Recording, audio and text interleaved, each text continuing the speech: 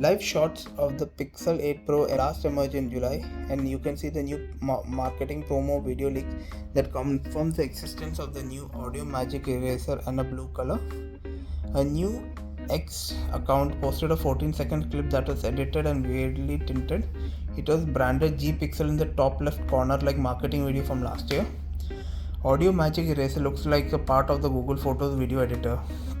It takes a moment to identify sounds in the clip and then offers sliders for noise, people, music. You will be able to drag left, right, like other filters in Google Photos to reduce sound. The tagline for this video is that only phone with the Audio Magic Eraser, and that followed by the phone engineered by Google, which is an existing phrase. Speaking of branding, Google is clearly expanding the popularity of the Magic Eraser. That tool already works to erase people or objects as well as change colors with camouflage mode.